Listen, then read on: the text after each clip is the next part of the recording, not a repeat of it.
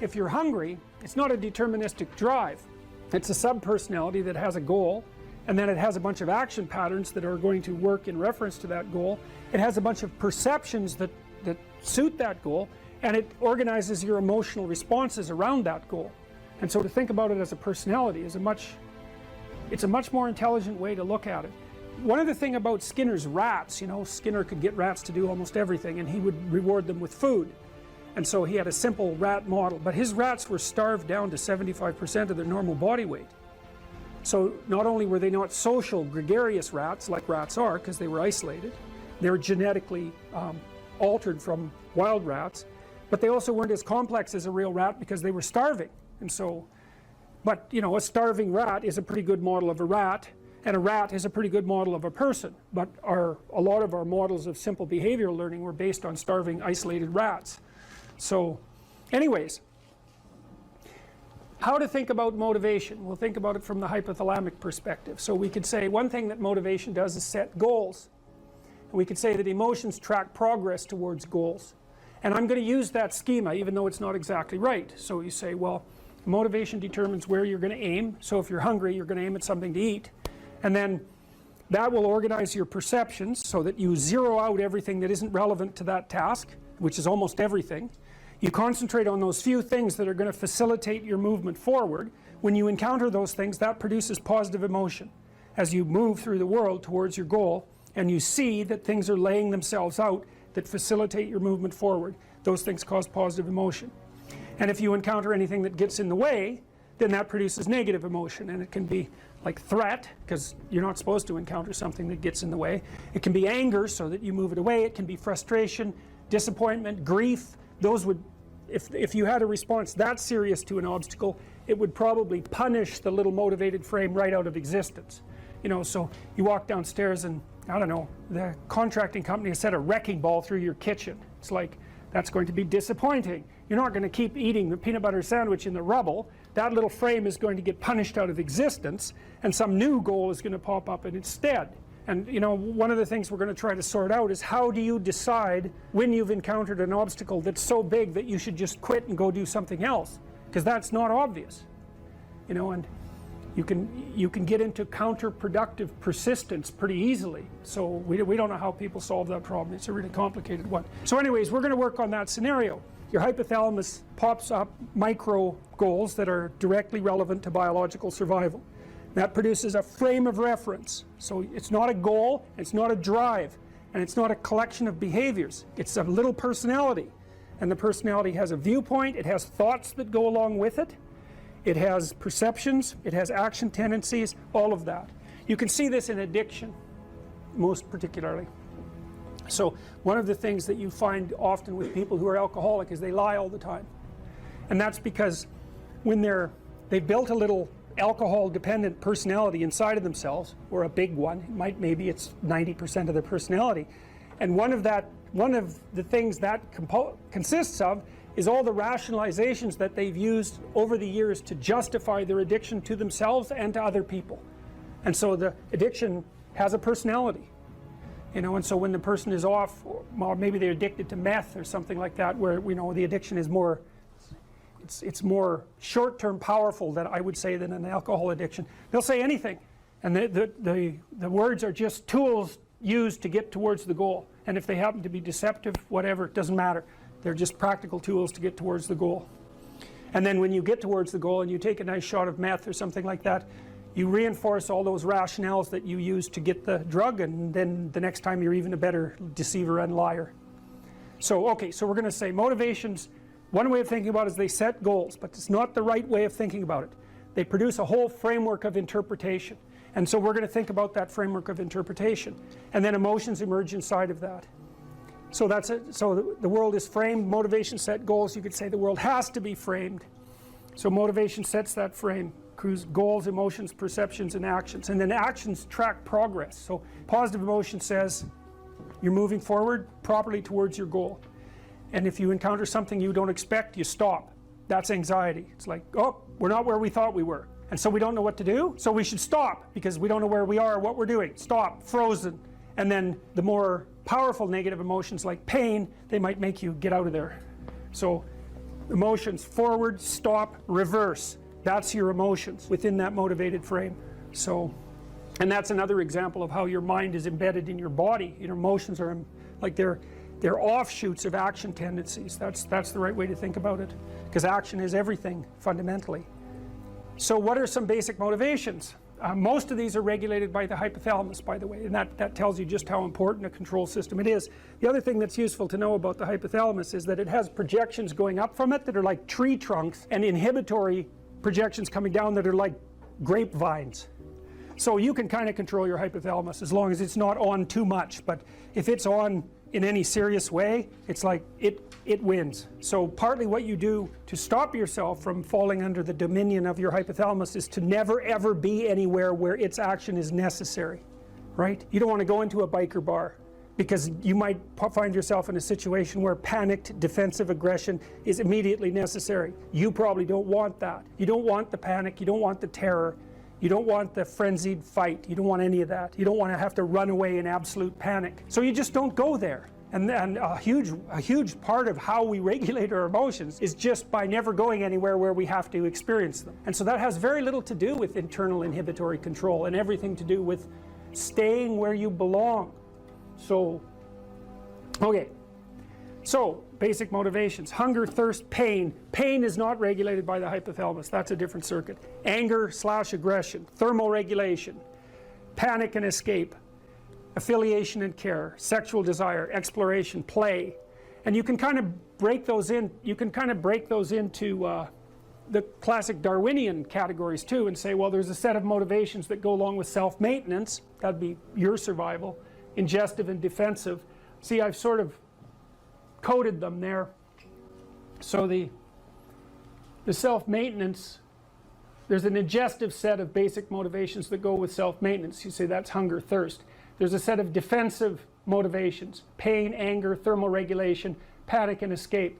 And then there's motivations that are associated with reproduction: affiliation, care, and sexual desire. And then I put exploration and play sort of outside of that. I would say because those two things serve both of these approximately equally.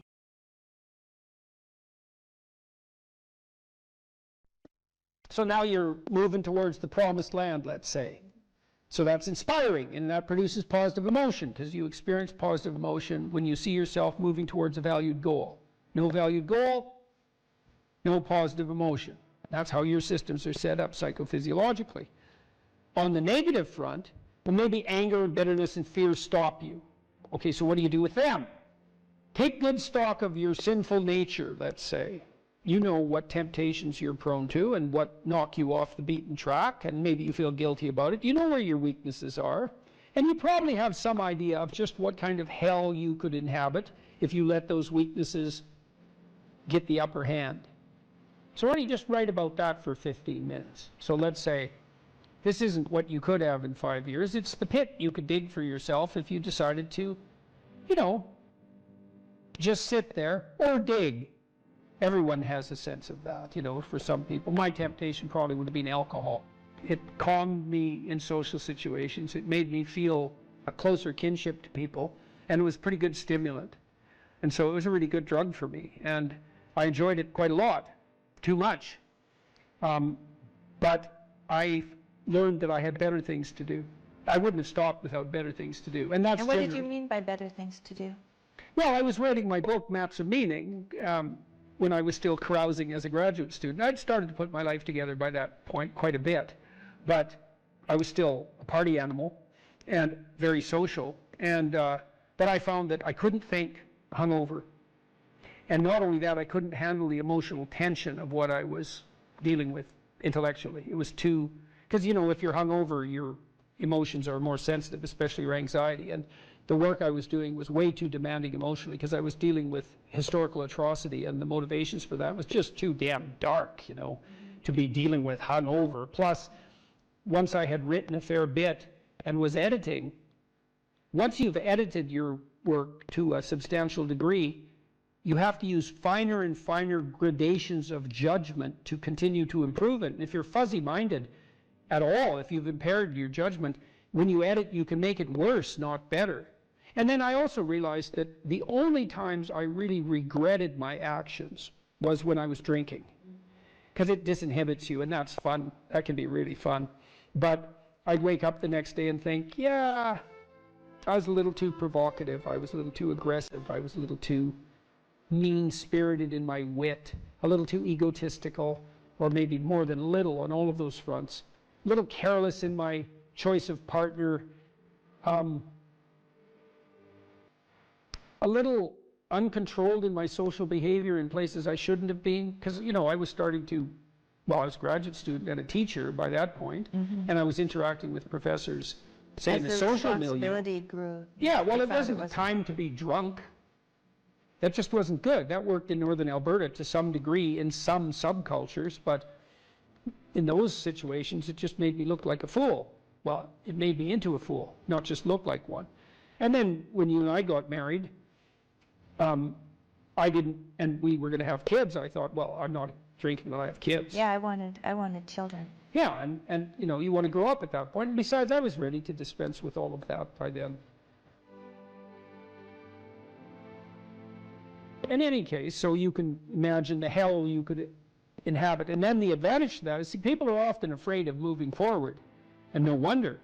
But you should be way more afraid of not moving forward. And so if you get that hell behind you, it's like, well, do I want to go there? Well, I don't have the effort or the energy. I'm not even sure that it's the right thing. It's like, well, do I want to go back there? It's like, no, definitely not that. And if you don't feel that, hell, then you're not nearly as motivated as you could be. Because if you have any sense of just exactly how bloody dismal and dark things could get, then, and that's right there for you. And that was one thing that... I thought it was helpful. I thought it was helpful when I did the future authoring to think about where I would go if I went to the wrong place. Why? Well, it's just good to know how you will fall apart. Yeah, well, and then it's possible. And you can also ask yourself, and studying historical atrocity also helped me with that. It's like, well, do you want to be what would you call a sadist? You're bitter and resentful. You want to hurt other people? Is that where you want to end up? You want to lie and deceive? Because that's where you end up if you lie and deceive. You want to be resentful and bitter? Because that's where you end up if you're resentful and bitter. Yeah, but sometimes, people, they just don't know what to do about it. So your program helps them to make a plan. Yeah, well, and the plan is really, look, we're visionaries, man. Human beings are visionaries. Really. Well, I found when I did the self-authoring, the 15 minutes of writing that I did, the dreaming I did, yeah. when I wrote about my future and just dreamed of what it could be like if it was just what I wanted. Yeah. And then outlined the goals, because you outline goals after that in the future authoring.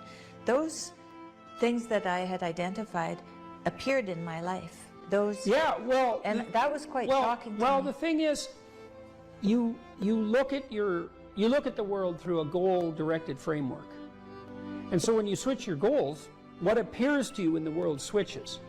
It's mystical in a sense, but in another sense, it's just understandable. It's like, well, if I look that way, I see the TV and the couch, and if I look this way, I see you in the chair. Well, that's not that mysterious, but what I've done is I've changed the reality that manifests itself to me just by changing the direction of my orientation. Well, we do that metaphysically as well. And so, for example, if you decide that you're going to be courageously trusting towards people when they offer you an opportunity, even though you're skeptical and timid, but you decide, no, I'm going to have some faith in people, so I'm going to be courageous and trusting. Then when they open a door to you that's an opportunity, you'll think, oh, that's a door I could walk through, instead of thinking I'm moving into a trap. And it's the same reality in some sense, but the way that you're interacting with it changes. Well, it can change. It can invert. It can change so radically that it barely looks like you're living in the same world. There are a lot of potential interpretations that you can validly lay on the world, and some of them are extremely positive, and they still work. And wouldn't that be lovely if you could lay an incredibly positive vision on the world, in a calculating and strategic manner, not an instrumental manner, right? Because you're aiming at something genuinely good, and that would work. And that is how the world works. One of the things I loved about my clinical practice, I loved this. It was so good, and I miss it. We were always working. The best parts of me and my client were working together to make everything about their lives better. And it worked. You know, like I had lots of female clients who tripled their income in 4 years. They didn't even think that was possible. It's like, well, I don't make enough money. I'm barely making ends meet, single mothers. I have no idea what to do. I don't like my job. It's like, well, let's make a plan here. You know, what do you want? Well, I'd like to make this much money. Why don't we double that? And just, because you're going to aim at something. Some people do make more money than that, so maybe it could be you. Well, is that even possible? It's not even possible. It's like, well, let's just assume that maybe it's possible and see what you'd have to do. Well, you got to get your CV together. Well, it's full of holes. Okay, well, let's fix the holes. Okay, now you got to get a plan. Well, I'm not very good at interviews. Okay, let's practice interviewing till you're not just good at it, you're looking forward to it. You know, I had clients who were in such dire situations that all I could do was really help buffer them against that. But they were a minority. I wouldn't say more than 5% of my practice fell into that category. Everyone else, it was like just rapid improvement on all fronts, you know. And that's such fun. And there isn't anything more practical. This is the thing, too. There is nothing more practical than developing a vision. It's not some pie-in-the-sky exercise. It's without a vision, you're chaotic and fragmented and hopeless and disappointed, and someone can stop you just by putting up a single obstacle. You're a house divided amongst itself. You have no forward movement. You're not enthusiastic, and that's to be filled with the Spirit of God, by the way. And your life is a sequence of disappointments and frustrations and tragedies, and you're a leaf blowing in the wind. And that is not what you're called to be. That's not what you're called to be. You're called to be a visionary constructor of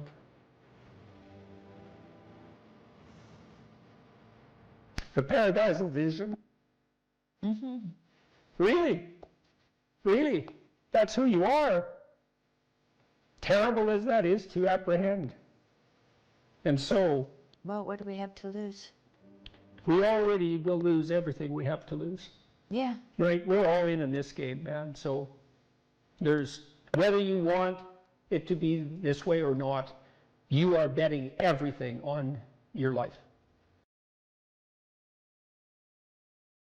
Another way of thinking about this too, you know, in the Abrahamic stories, God calls to Abraham to get him to leave his father's tent. He's there like till he's 80, you know, lagging around, lolling around, being useless, and the call to adventure arises, and it's attributed to the voice of God, and Abraham goes out in the world, and he has a hell of a terrible time of it. He encounters famine and tyranny and conspiracy to steal his wife, and like it's really quite dreadful, to the point where you might think that Abraham was a lot better off just being in his tent. But the story insists that Abraham's adventure is not only necessary, but a precondition for, well, for the entirety of Western civilization that follows in his stead, essentially. And so it's difficult, but necessary. And I think there's an analogy between the voice that calls Abraham as an individual away from his father's tent, you know, the safe confines of his father's tent, and the political voice that calls Moses to pull his entire people out of the tyranny in Egypt. I don't think that's an unreasonable parallelism. And so God in that situation is the voice of adventure and the voice of freedom.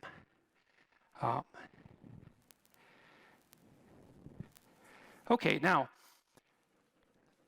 Moses heeds this call and convinces the Pharaoh, eventually, to let the Israelites go. And so they leave tyranny. And the story is very interesting to me because it's so sophisticated in structure, because you might think once you get out of the tyranny, problem solved, right? And you could even think about this in terms of the tyranny of your own preconceptions. You drop the constraints you've laid upon yourself, the arbitrary constraints you've laid upon yourself, or you stop imposing your will on other people, or you escape from political or social tyranny and everything's immediately better. And that's not what happens in the story at all. What happens is that the Israelites go from the tyranny into the desert. And it's not obvious at all that the desert is an improvement over the tyranny.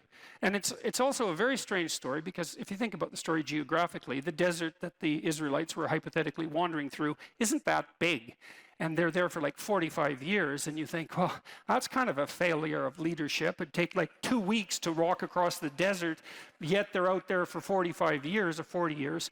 What can that possibly mean? And what it means, I think, it means a variety of things, but apart from the fact that it's out of the tyranny into the desert, which is really something to think about.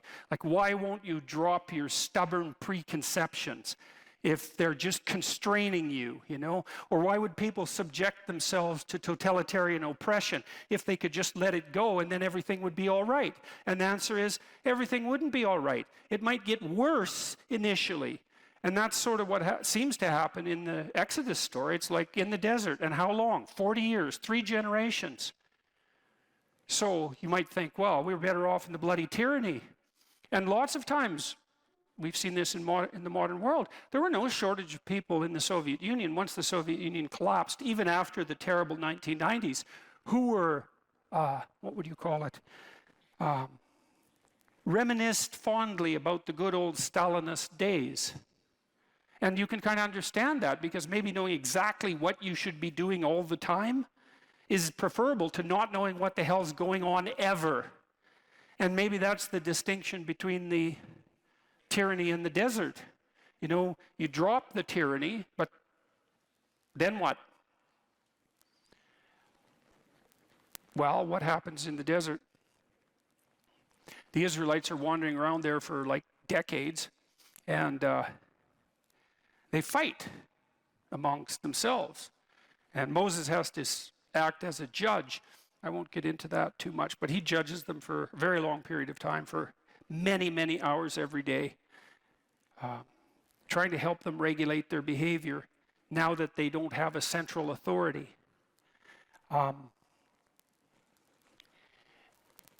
They also become faithless. That the story insists upon this, that they lose their faith in the God that called them out of Egypt. And so you could say they lose faith. This is one way of thinking about it. They lose faith in the principle of freedom. And it's not that surprising, because now they're free. They're in the desert, and so that's kind of rough. And so why wouldn't they continue with their faith in the God that called them to freedom? It says, well, look where you brought us. This isn't so good. And then they start to worship false idols. And that's relevant to tonight's topic of discussion, because we're talking about ideology, right? I said abandon ideology. It's the same idea, false idols. What makes an idol false? The Israelites are thinking, well, God and his desire for freedom brought us to this desert. How about a new God? You know, one that's not so annoying, let's say. And so that's all well and good, and they start worshiping all sorts of different idols, golden calf, for example, and they're having a fine old time of it, fractionating into their multiple groups of belief, worshiping false idols. I should make just a side note about what worship means, because it's a weird word. And I would say, you know, if you hero worship someone, then you want to be like them. And so worship has that fundamental element of mimicry. And so that's tied nicely to this notion that what you believe is what you act out, not what you say is true. And so to worship something is to be compelled by the desire to imitate it. You know, you might say, well, if you're a big fan of a star, someone make a joke near you and say, well, you worship that person. It's like, well, it's not exactly a joke. The grip of that admiration is part of the impetus to imitate. And so then I would say, well, just as what you value most highly is that which you act out, what you worship is that which compels you to imitate. That's what the act of worship means. To imitate and to celebrate. To celebrate is to put at the highest place. To say this is the highest of values. And so now the Israelites are out in the desert and they're worshiping false idols, which means they're putting the wrong thing in the highest place. And then we have the same objection. How do you know that it's the wrong thing? Which is the same question. How do you know when a belief is an ideological belief and when it's valid? Or can you even say such a thing? And how do you know when you're saying it that you're not just falling into the same trap? I'm trying to puzzle that out piece by piece. I want to tell you a side story here, then we'll go back to the narrative. A couple of side stories. On the back of your dollar bill, there's a pyramid. And at the top of the pyramid, there's a cap, and the cap is separated from the pyramid, and there's an eye in the cap. Okay. And then in the Washington Monument, the top of the Washington Monument, there's a pyramid, and at the top of the pyramid, there's a cap, and it's made out of aluminum. In ancient Egypt, that cap was made out of gold. The reason it's made out of aluminum in Washington is because aluminum was more expensive than gold when the Washington Monument was made, and they wanted to make the cap of the pyramid, which is the thing at the very top of the pyramid, they wanted to make it out of the most valuable material. Now, why would you want to make what's at the top of the pyramid out of what's most valuable? And the answer to that is something like, the thing that's at the top of the pyramid, since it's at the top, should be the thing that's most valuable. And what's most valuable? Well, gold's valuable. Why? Well, it's like the sun. It's incorruptible. It's a noble metal. It gleams like the sun. It's a symbol of value. And so the notion there is that the thing that's at the very pinnacle of the pyramid should be the thing that's most valuable. And then we're back to the question. How do you know that something is valuable compared to something else? Okay, so put that aside, back to the Exodus story.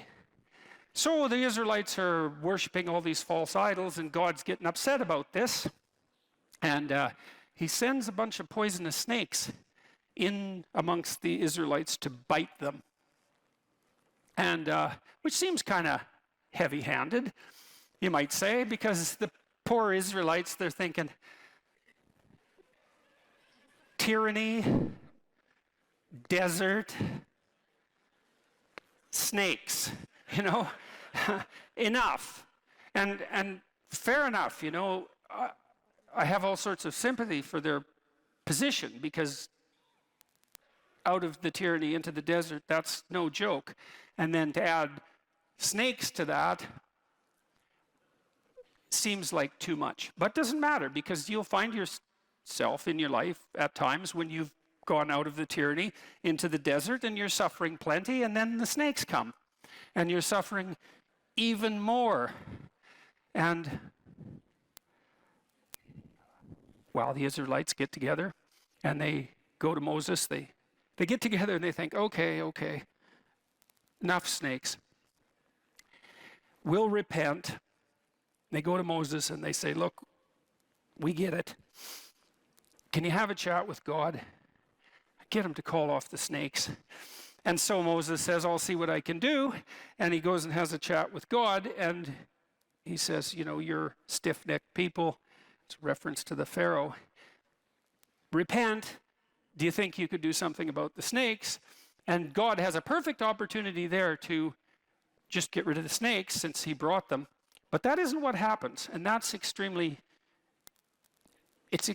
strange, at least. Now, I'm not going to claim that what I am going to tell you that I think it means is what it means, because who knows these things. But I think we could all agree that at the very least, that's very strange. The whole story is strange, but that's strange. Moses goes to God. He says you could call off the snakes, and God doesn't. He says something almost incomprehensible. Instead, he says, you should take Moses already has a staff. It's the staff of Moses, and he's done all sorts of magic tricks with it before, like turning it into a snake and having it turn back into a staff. And I won't get into that. That's a very interesting idea in and of itself. But God tells Moses' staff is also the staff of God. It's the thing that Moses relies on. It's, in some sense, it's the thing he can lean on. And so the staff is something you can lean on. And when you're walking, of course, the staff helps you stand and walk. And so it's a support. It's something reliable. Anyways, God tells Moses, take the staff and cast it in bronze, and then cast a snake in bronze, so make a sculpture, and stick the snake on the staff and put the staff in the ground, and then have the Israelites go look at the snake. And if they do that, then they won't be poisoned when they get bitten. And you think, what the hell is going on with that story? It's like, it's so peculiar. You know, this is one of those situations with the story you think there's either something deep going on here, or it's completely, I don't know what your conclusion can be. It's incomprehensibly strange, but that's the story. And so anyways, the Israelites go and they look at the snake, and then they're not poisoned anymore.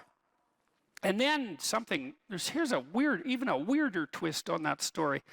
So many thousands of years later, Christ says, according to the Gospels, that he has to be lifted up like the snake Moses hung on the staff in the desert, which takes a story that's already unbelievably peculiar and makes it way more peculiar. Because you think, well, why in the world would someone who is reputed to be the savior of humanity, regardless of whether or not you believe that, why would he associate himself with a snake? And then, especially given, the reputation of the snake, and more particularly, why associate himself with the particular snake that Moses used because God told him to in the desert? It's another one of those situations where there's either something going on here that's extremely mysterious, or what is it? What is it? Is it a kind of insanity? It's not obvious at all what to do with that story. But here's what you do with it if you're a clinical psychologist, or if you're me and you're a clinical psychologist. One of the things we have learned is that we've learned a couple of things as clinicians, let's say. Here's one: honest speech cures people. Right? So Freud, in some sense, was the first person to really formulate that clinically. He said, come to my practice, and you can lay on this couch, and you just say whatever comes into your mind with zero censorship. And the consequence of that will be your thoughts will weave a pathway to your problems, which will then reveal themselves in a manner that, in principle, allows you to, for Freud, express the emotion associated with the problem and be cured as a consequence.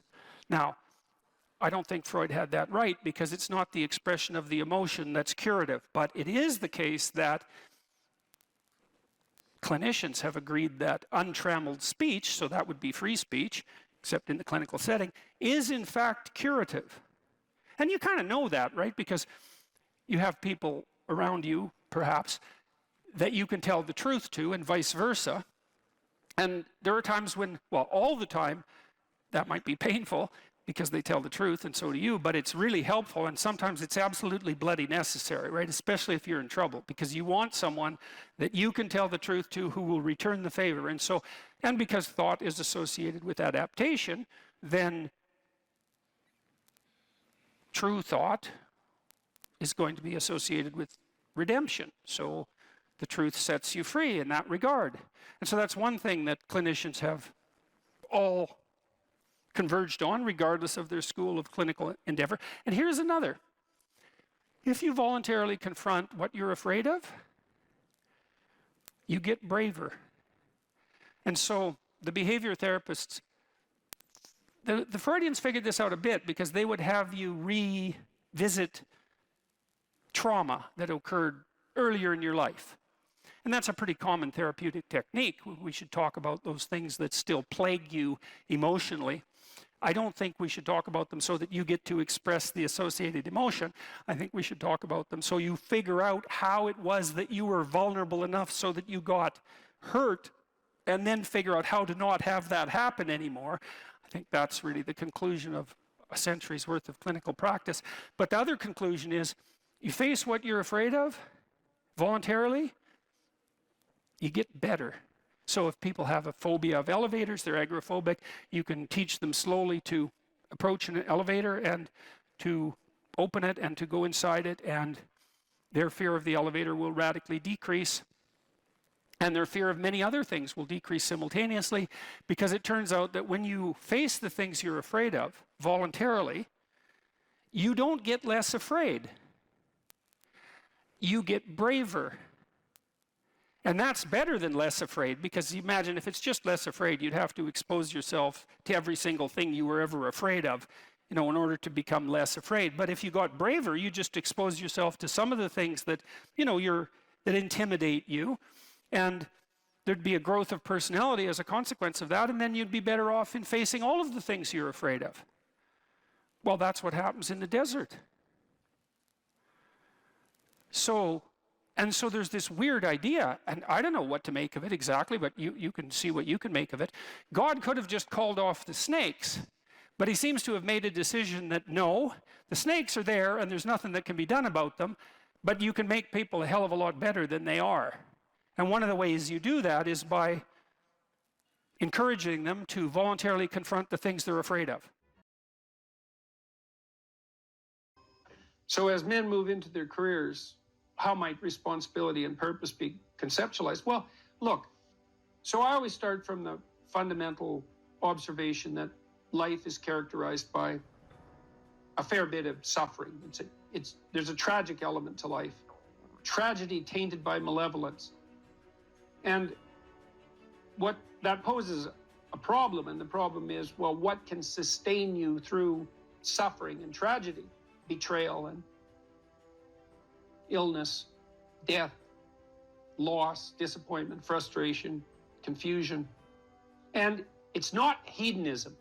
It's not happiness. Not if you conceptualize happiness in this narrowly pleasure-seeking hedonic way. First of all, that doesn't iterate very well. You know, you can drink 26 of vodka one night, and that might be a pretty fun night, but you know the next 2 or 3 days are not going to be so pleasant, and you'll probably do at least 5 things that you seriously regret, assuming you can remember what they are. So it's not a great strategy, and everyone knows that you know, that casual, impulsive pleasure seeking is not, it's not a good game. Everyone knows that. And that doesn't mean you should be afraid to try it, right? That's entirely different. You need to bash yourself around a bit. What did William Blake say? Wisdom through excess. There's definitely something to that. So, you know, walling yourself away from experimentation, that's not a good idea. But falling prey to indulgences, that's a catastrophe. So you can't find, and then if your life is proceeding in a direction that's painful and tragic for reasons that might be really out of your control, obviously you're not going to be happy during those times. You may not have even the opportunity to seek anything that's pleasurable or the ability to experience it. So then what's going to sustain you under those circumstances and sustain your will to live, but even more importantly, protect you from the resentment and the moral corruption that unrequited suffering can so easily produce? And the answer to that is not happiness, but something like meaning. And then you might ask yourself, well, where is meaning to be found? And the answer seems to be primarily through the voluntary adoption of responsibility. You know, so people find meaning in the love they have for their partner and their decision to care for someone else as well or better than they would care for themselves. They find meaning in that, and it can sustain itself across many, many decades, for better or for worse. That's no joke, that phrase. They find meaning in the relationship they establish with their children, assuming they take the responsibility for that relationship. They find meaning in their friendships. They find meaning in their business associations, their civic engagement. You know, people moralize at, older people moralize at younger people and say, well, you should accept your responsibility, you should shoulder your duty. And that's true, but it isn't exactly that you should do it because you should do it, even though you should. It's that there isn't anything better that you can possibly do. you have to justify yourself to yourself. You have to justify yourself to yourself because of your inadequacies and your failure and your error and your propensity to repeat errors that you know you shouldn't repeat, your sinful nature. You have to atone for that. And then you have to justify your life to yourself because it's characterized by death and suffering. And so you need something worthwhile to do. And, well, then you might say, well, there's nothing worthwhile to do. It's well, you're probably not really in any position to make that judgment, you know, till you've gone all in at least one thing. At least one thing. Because, like, who the hell are you? You're 16, you're cynical and nihilistic. It's like, you're not wise. You're not a philosopher. You don't know anything. And thank God, right? Because you don't even want to think you know anything because you're bloody miserable and you're suffering. And so if you're also right, well, then you're doomed. So you better bloody well pray that your cynicism and nihilism, unearned though it may be, is based on a fundamental falsehood. And it is. You can find deep significance in your life, and you find it essentially through the decision to voluntarily bear your suffering and to trudge uphill nonetheless. And there's something heroic about that in the most fundamental sense. And that heroism is something so deeply meaningful that it, in some sense, triumphs over even death. And so, as you move forward through life, you mature, you start by developing responsibility for yourself, your friends, your roommates, then you take on a partner, and you have a family, and you expand the domain of responsibility and generosity, and you want to expand that. Who knows how much you can expand that? You know, you could be a credit to the nation. Well, there's an aim. Why don't you aim to be like credit to the nation by the time you're 50? Because what, you got something better to do than that? And the answer to that's no. And, you know, what are you going to do? You're going to pursue endless one-night stands. You're going to bury yourself nose deep in cocaine. You're going to become an alcoholic. You're going to pursue that tinsely, trashy hedonism that is nothing but destructive and generates nothing but self-contempt, and then bitterness, then misery, then vengefulness. It's like, that's why do that? I mean, it's easier in some sense, right? Although it's not, because it's rife with catastrophe and suffering. So it's way better to take on, to envision yourself as, that's the cross image fundamentally, right? The pathway to redemption is to bear your cross up the hill voluntarily. It's a hell of a thing to ask, right? Because you have to accept the fundamental limits of your mortal vulnerability. And you have to say to yourself, I will do good nonetheless. Right? And that's not obedience. That's not naivete. That's a cold decision, man. So everyone great makes that decision. So make that decision, because maybe you're great. It's known from multiple dimensions simultaneously that the system that produces happiness, let's say in the founder's sense, produces that emotion in relationship to the observation of movement towards a valued goal. And so you can derive some conclusions from that. The first is that without a goal, there's no happiness, by definition, because happiness marks movement towards a valued goal. The next is, well, the higher the goal, the more value there is in the observation of movement towards it. And so out of that, you might ask, well, then what's the highest goal? Because why don't we go for that? Well, then you could say, well, you should do your best for the best. You might say, well, that's just to make me hedonically happy. It's like, well, wait a second, you know, cocaine will work for that, because it actually even activates this system. But what about tomorrow and next week and next month? And so the problem with hedonism as a goal is, first of all, it vanishes when you're suffering. But even failing that, if you're serving yourself hedonically in the narrow sense, it's just about me and my pleasure. It's like, okay, which you? Today's you, tomorrow's you, next week's you, next month's you. What about next year, 5 years from now, 10 years from now? You're going to lead a hedonic and dissolute life, and what are you going to be, a burnt-out shell and a wreck? a dismal wreck in 10 years, because that's what'll happen. And so if you don't construe yourself as a community stretched out across time, then you're not even serving yourself. And if you do construe yourself as a community stretched across time, then serving other people and serving yourself turn out to be exactly the same thing.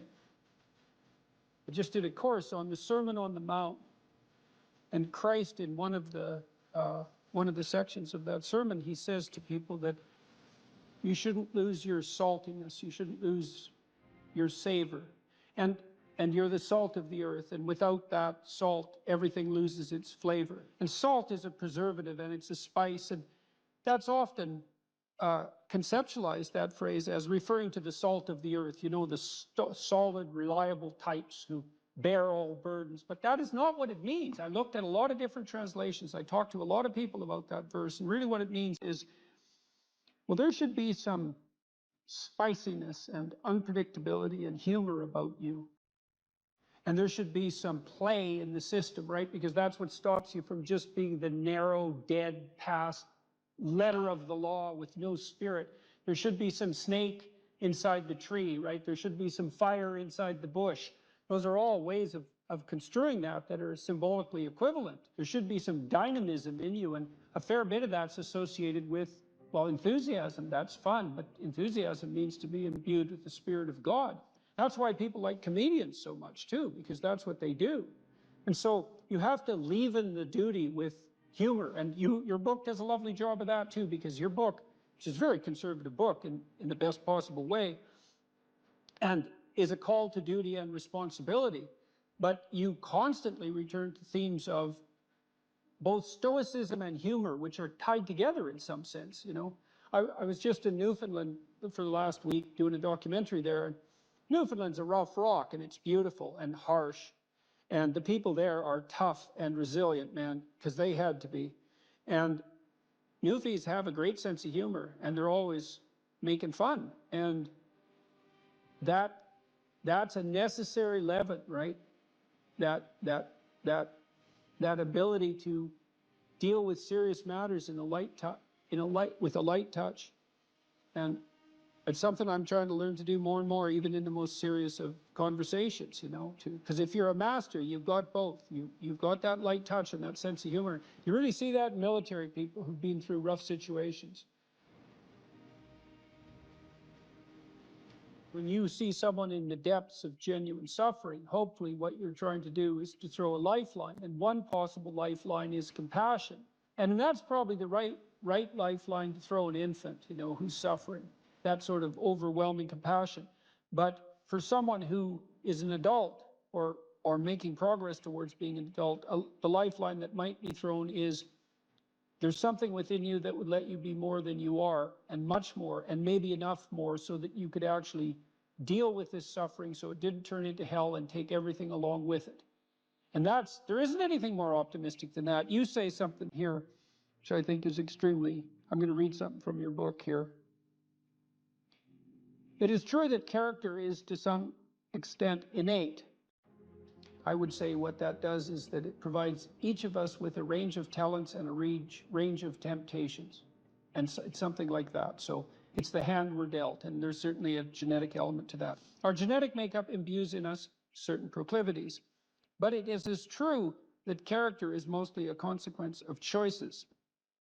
Strangely enough, we all make them, and we should make them deliberately, with the knowledge that these choices are part of our responsibility toward a purpose other than our own selfish aims.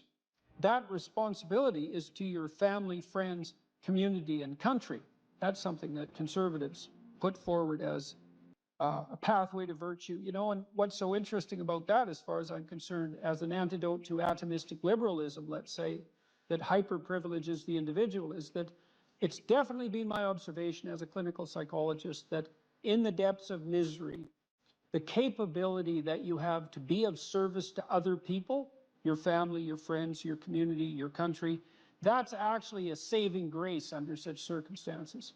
You know, and that people really find a deep and abiding meaning in that service. So it's not just finger wagging and the pointing towards duty. It's like, no, you don't understand. that if you're in desperate straits, if your life is falling apart, if you're nihilistic and miserable, and maybe you have your bloody reasons, because maybe you do, that's still the case that if you step outside yourself and you try to make the lives of other people better, that's the best possible thing that you can do for yourself.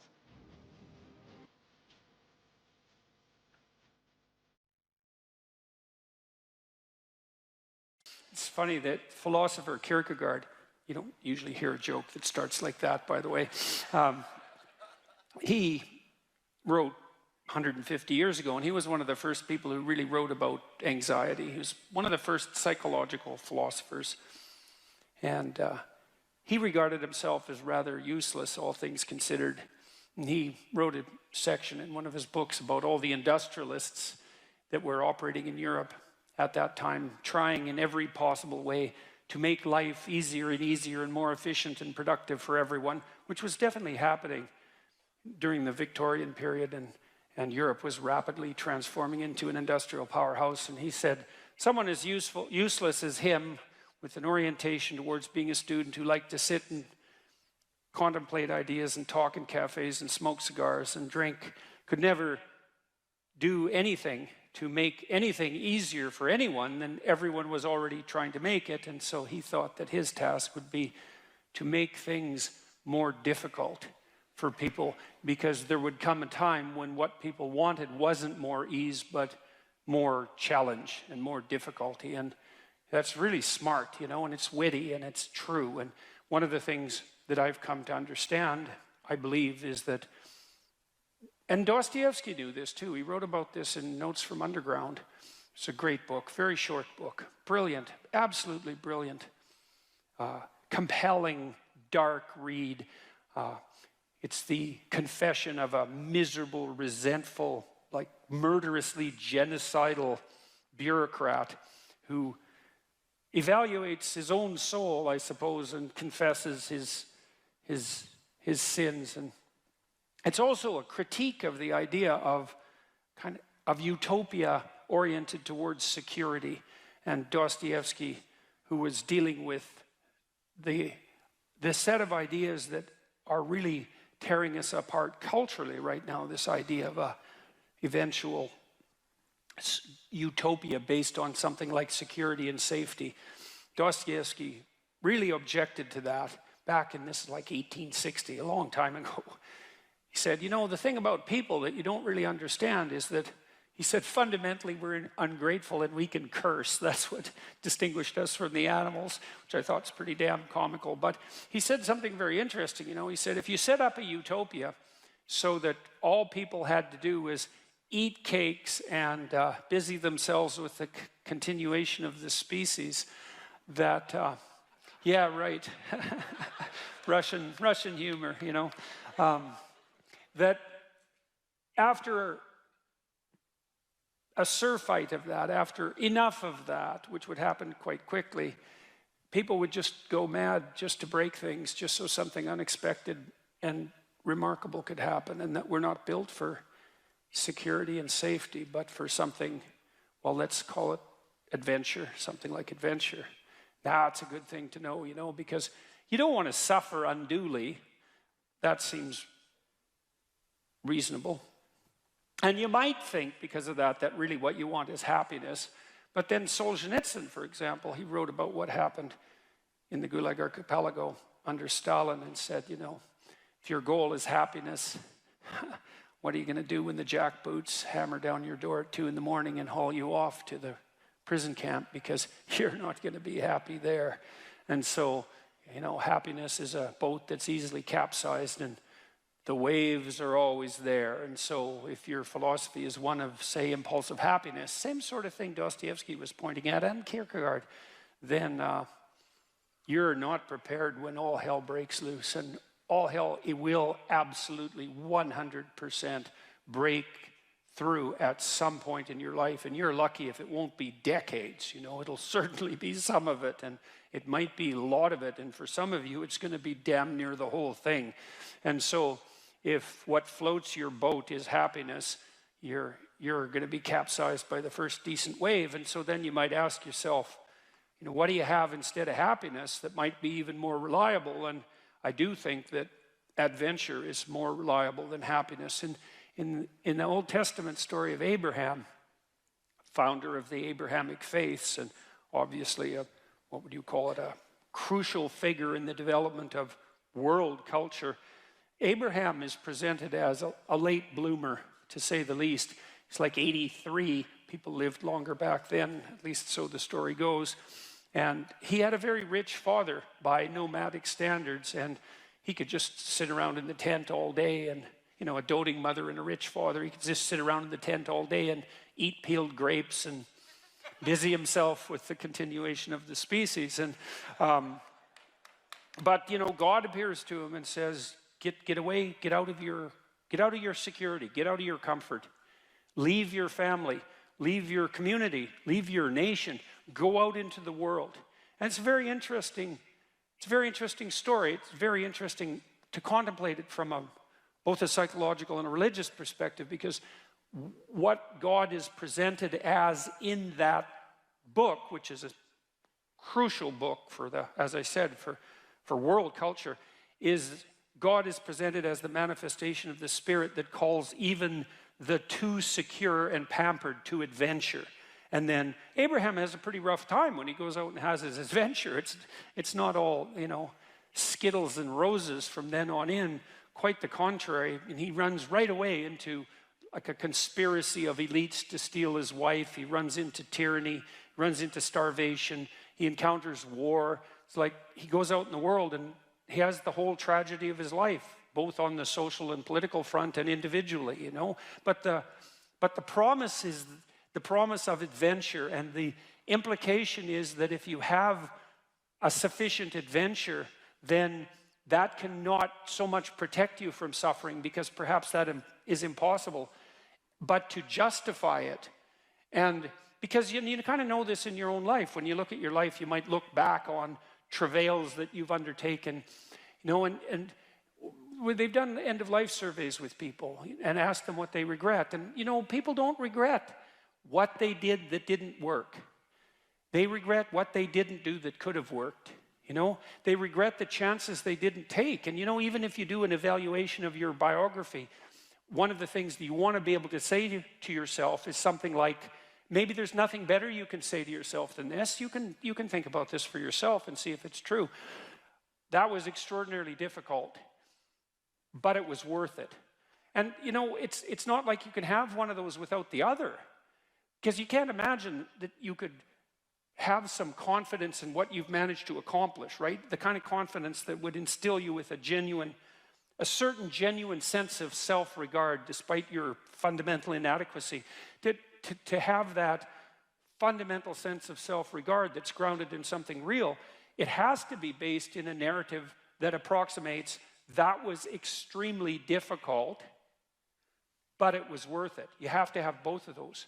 And so that's interesting, because one of the questions we always ask ourselves, this is the theodicy question, technically, you see the suffering in the world, you see the suffering of children, you see maybe your own children or your suffering, and you wonder, well, how can reality be constituted so that I can have faith in its essence when there is so much suffering? And one answer to that is something like, well, how much suffering do you want? And you might think, none. It's like, yeah, I don't think so. I don't think that's right. You want something approximating optimized challenge. So you could say, at least you want to be pushed to your limit. And maybe you find the most exciting times in your life. In fact, you'll pay for this. You'll pay to have this experience, to be pushed to your limit. Not beyond it, or maybe even a bit beyond it, you know. And maybe not so far beyond it that you crumble and break and things fall apart. But, you know, could you be pushed to your limit optimally if there wasn't the possibility of falling apart and breaking? Like, that's an open question. How are you ever going to take something seriously if the consequences aren't actually serious? You know, and there's something delightful about dancing on the edge. That's why Hawaiians believed that surfing was sacred, you know, and it's because to surf you have to be on the edge, right? And the waves can come and take you out at any moment, but without the possibility of the waves rising to take you out, then you can't dance on the edge, and maybe that's exactly what you want to do, you know. And there's good evidence from the neuroscience literature that consciousness itself is something akin to dancing on the edge. So technically, when you're conscious, when you're awake, your brain is occupying a position between something. It's a position that's something like between chaos and order. And if your brain's maximally ordered, well, you're just bored, nothing is changing. And if you're chaotic, then it's anxiety and catastrophe. But you want to be positioned right between those two, and that's when your consciousness is optimized, you know? And when your consciousness is optimized, then you're deeply engaged in life, and everything seems alive and meaningful. And maybe that's the solution in some profound sense to the problem of suffering. It's that you optimize your interaction with chaos rather than being protected all the time from everything that could hurt you. And you kind of know this too if you have kids, because you don't want to keep your kids in an infantile state, and because when they're infants, pretty much what you do with them, say they're 6 months and younger, is you just keep them secure and safe, right? You just provide everything that you can for them. You have to do that because, well, what are they going to do? They just lay there fundamentally and squawk now and then. I mean, it's not like they're ambulatory. They can't go out and do things for themselves, and so it's up to you, and your goal is to keep them secure and safe. But once they start being able to move around, then increasingly it's sort of up to them. And if you have any sense as a parent, the psychoanalysts used to say, the good mother necessarily fails. And what did they mean by that? They meant, well, you know, if you're committed to your infant when you're a mother for the first 6 months, it's like it's all the kid, 100%, full self-sacrifice devoted towards the infant. That's the right attitude. But even by 9 months, child can crawl around quite a lot. They're developing something of an independent will. You start handing them challenges. You start handing them responsibility, and you keep them on the edge. And some of your kids are going to be able to be pushed harder than others, and part of the reason you have to develop a relationship with your kids, and your husband for that matter, is so that, you know, you can keep them dancing on the edge, on the proper edge. And that's even better than the mere provision of security.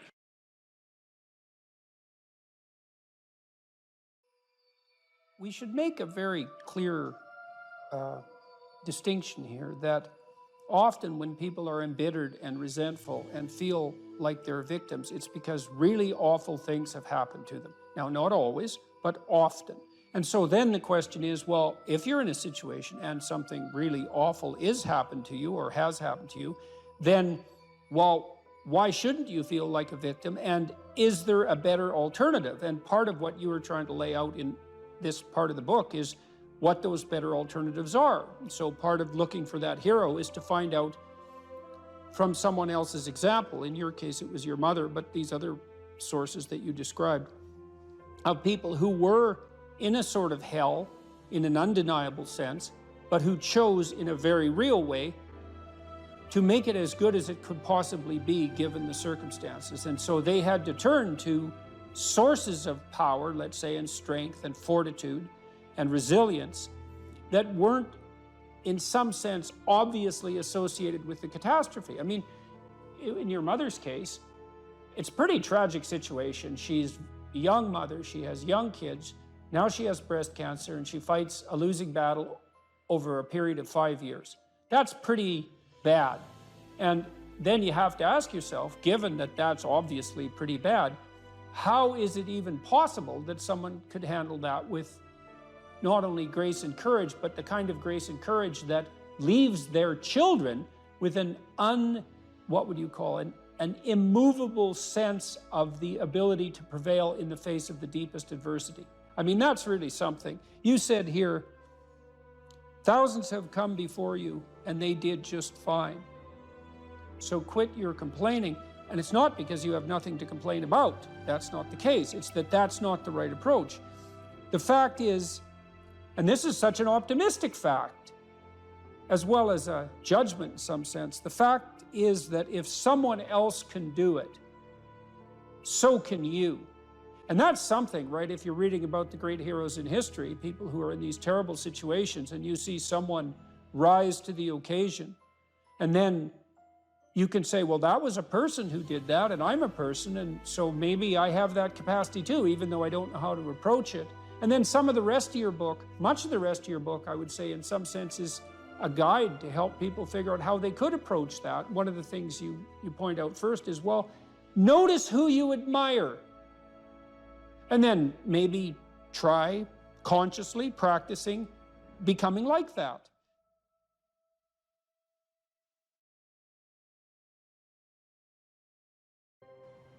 Imagine someone that you treat well, that you love. Now try to treat yourself that way. You got to detach from yourself a bit. You got to think, okay, well, I'm a person among other people, and I deserve at least as much respect as a person among other people, and I should be trying to help myself across time. And instead of being self-contemptuous and self-destructive, I need to take care of myself as if I'm potentially valuable, and to lay out my life that way. And so that's what that chapter is about.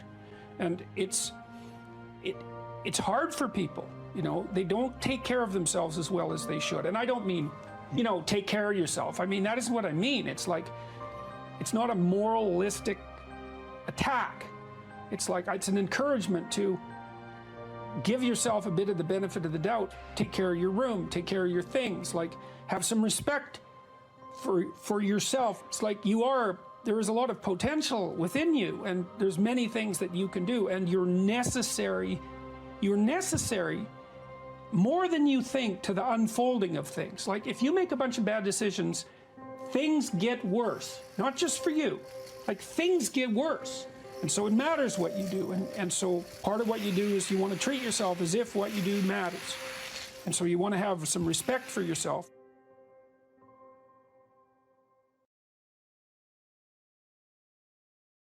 One of the things Solzhenitsyn said about hedonism, he said, the doctrine that life is for happiness is invalidated by the first sound of the jackboots kicking in your door. And so then the question is, well, what do you do in the face of suffering when your philosophy is hedonic, is hedonistic? And the answer is collapse. And that means that happiness as an aim is shallow and weak. It cannot withstand suffering. Obviously, because when you're suffering, you're not happy. And if the purpose of life is to be happy, then when you're suffering, your life has no meaning. And then if you're suffering and there's no meaning in the suffering, then you're really suffering. That's really hell. But then you think, and this is something that's really heartened me. I talk to my audiences, especially to the young men. I say, look, first of all, don't aim at being happy, because that's just not going to work, especially when the storms come and barbarians are beating at the gate. You can just forget about that. And there's going to be times in your life where you're suffering so much you can't believe it. And so you're going to need something a hell of a lot more robust than happiness to get you through that. And then you might say, well, what's more robust than happiness? Or maybe even what's more robust than pain? And then you could say, well, how about adventure? How about adventure? How about we go out and sail the uncharted seas, you know? How about we go and, Jesus, I talked to a guy the other day. He's a driver for me down in Nashville, where I am. Ex-military guy, special forces guy, tough as a bloody boot. Now works as a cowboy out in Montana. You know, a real character, perfect bloody American archetype. He knew he wanted to be in the special forces when he was 5. So I talked to him for like half an hour trying to figure out what motivated him, you know? And he told me probably 10 stories about his life, all very colorful and deep anecdotes. Battle and rescue and physical privation and discipline. And every 10 minutes he said, I was looking for a new challenge. And then I was looking for a new challenge. And then I'd already done that, so I was looking for a new challenge. And for him, life was nothing but a sequence of impossible mountains to climb. And that's exactly what he wanted. And that's what I think we all want. You know, in the story of Abraham, when Abraham is perfectly happy in his father's tent, eating peeled grapes and, you know, having his diapers changed, even though he's 80 years old. And God calls him out to adventure. And it's very catastrophic, right? Because Abraham encounters tyranny and starvation and war and conspiracy to steal his wife and his own proclivity to lie cowardly. And this is all like that's his first sequence of adventures. And you think, well, what the hell's going on here? It's certainly not the case that God called him out to be happy. And I think the right moral to draw from that story is that God, so to speak, has called us out for something far greater than mere happiness. far, so much greater than happiness that happiness pales in comparison. He's called us out for the adventure of our life that's of sufficient moral integrity to justify the suffering. And that's something. And if you tell people that, if you let them know that, you know, well, that makes them stand up and cheer, eh? Because deep in their heart, they know that's true. They're hearing that spirit of adventure calls you to be a patriarchal despoiler of the planet. And that demoralizes young men. And that's, of course, exactly the point, because demoralized young men aren't oppressors, although, yes, they are. And they're not despoilers of the planet, although, yes, they are. And so happiness, it's like, you know, that's just, happiness is a side effect of moral venture, you know, and if it comes along, you should be bloody thrilled. But as an aim, it's for narcissistic 3-year-olds as an aim.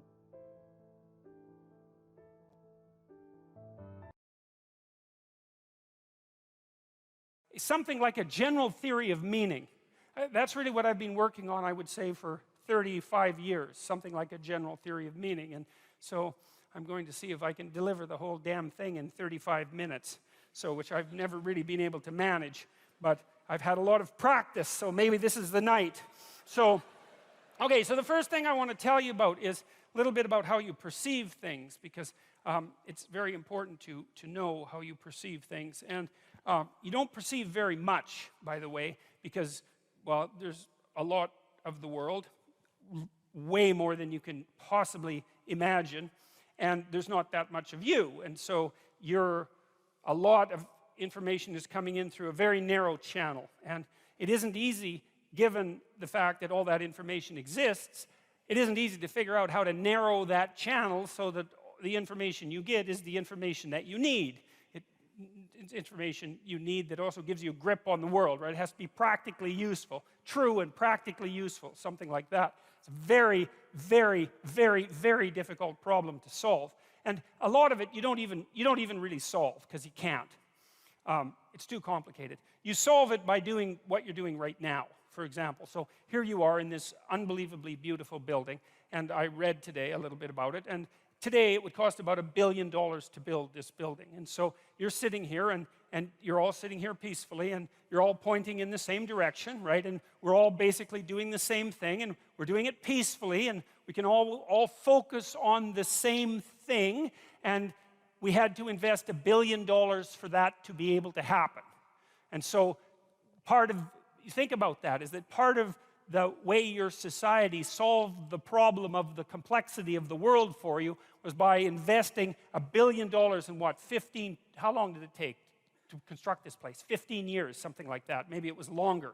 So that you could sit here in relative comfort and peace and tranquility and concentrate on something that's very focused, maybe something of beauty, something of artistic merit, something of intellectual merit, and that the rest of the world wasn't there, so you didn't have to worry about it.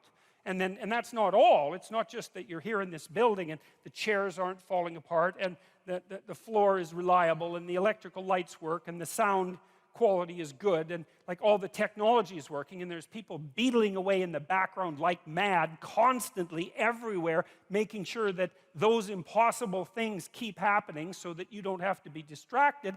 But then you're also sitting with people who are roughly like you, roughly like you enough so that when they come into a venue like this, they know enough to sit down in the seats and face forward and not turn around and look at the person behind them, which would make them very nervous, right? Which would be an indication that that person isn't playing the same game as everyone else, and so God only knows what they're up to, because you just wouldn't want that, right? You wouldn't want the guy in front of you turning around and just looking at you for the next 90 minutes.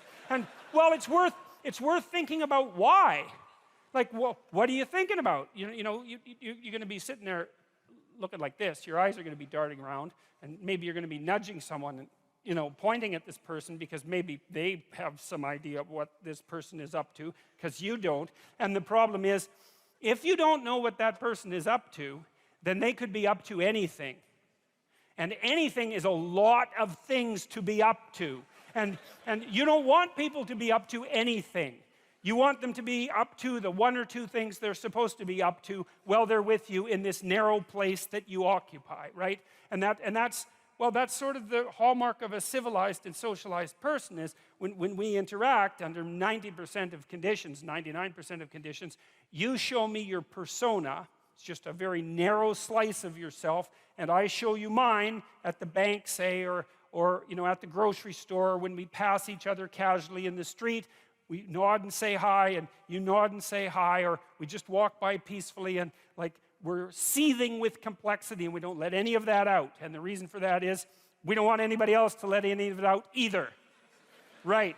So we keep ourselves simplified, and we build our architecture for that. And so, you know, you come into a building like this, and the building tells you what to do.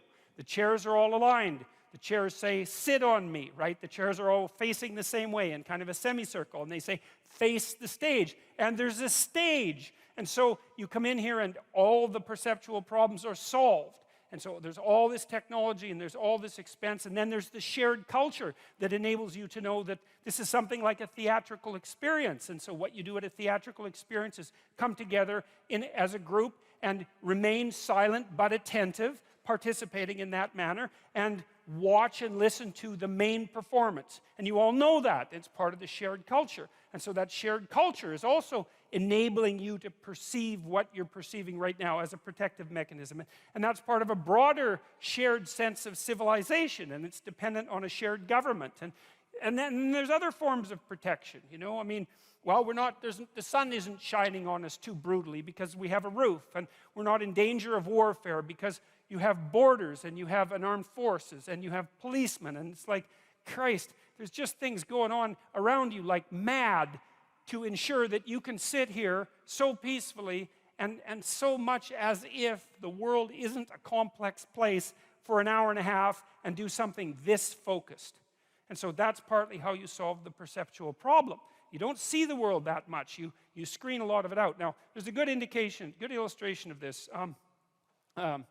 A psychologist named Dan Simon did this famous experiment which he called Gorillas in Our Midst. And some of you know about it, but I'm going to go over it because it's such a fun experiment to talk about, because it's so ridiculous and so illuminating, and because it's so relevant to what I want to continue talking to you about. So here's the deal. You go into Dan Simon's lab. He was at Harvard 20 years ago when he did this, and he was interested in this phenomena called change blindness. You know, you see those kids' books sometimes where there's picture 1 and picture 2, and you're supposed to look at picture 1 and then look at picture 2 and see what's changed. It's actually hard. You know, you look at picture 1, you say, well, I saw that. And then you look at picture 2, and it's different, but you can't see the differences. And you have to really compare back and forth before you can check out the differences. And that's what perception is like, is you're very blind to change, way more than you think. And way more than anybody thought before Simon did his experiments. And so he did this crazy experiment. So here's the setup. Video camera set up in front of a elevator bank, right? And so the camera would be here, the elevator bank would be about here, so, you know, it's pretty close-up shot. There's 6 people participating, 3 of them dressed in black, 3 of them dressed in white. The white team has a basketball, the black team has a basketball. They fill the whole screen, so it's not like they're way over in the corner this high and you can barely see them. They fill up the whole screen. You can detect their facial figures. It's close shot. You see their whole body, but it's clear. There's no tricks in it. And you sit there, and you're the experimental subject, and the psychologist or his assistant says, okay, here's your task. And you're there to be focused on a task, apparently, because you're in a university and you're in a lab and you'd expect to be focused on a task. And so you're already primed for that, and you're willing to go along with it, to be obedient. But to be a good sport, let's say, that's better than obedient. And you want to do a good job because it's intimidating to be in a lab like that. And so you want to do a good job of whatever you're supposed to do, unless you're a troublemaker. And you're probably not, because you wouldn't go into the lab to begin with if you were a troublemaker. So Simon says...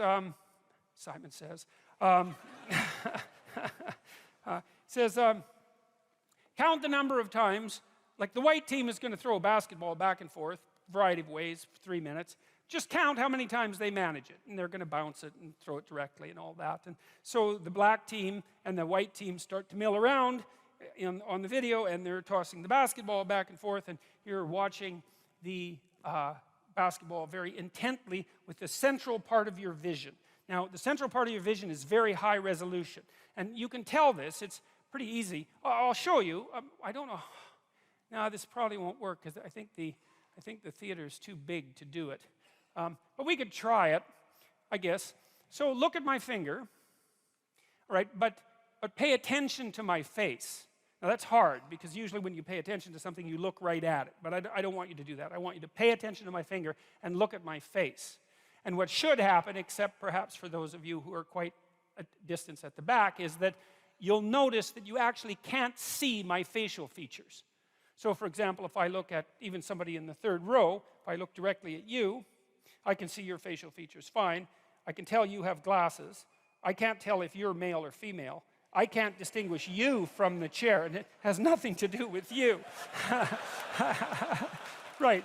But you don't have to move very far away from central vision before it becomes extremely low resolution. And so that's how your visual system is set up. High resolution in the middle, low resolution as you move towards the periphery, until like out here, I actually can't tell how many, I mean, I know how many fingers I have.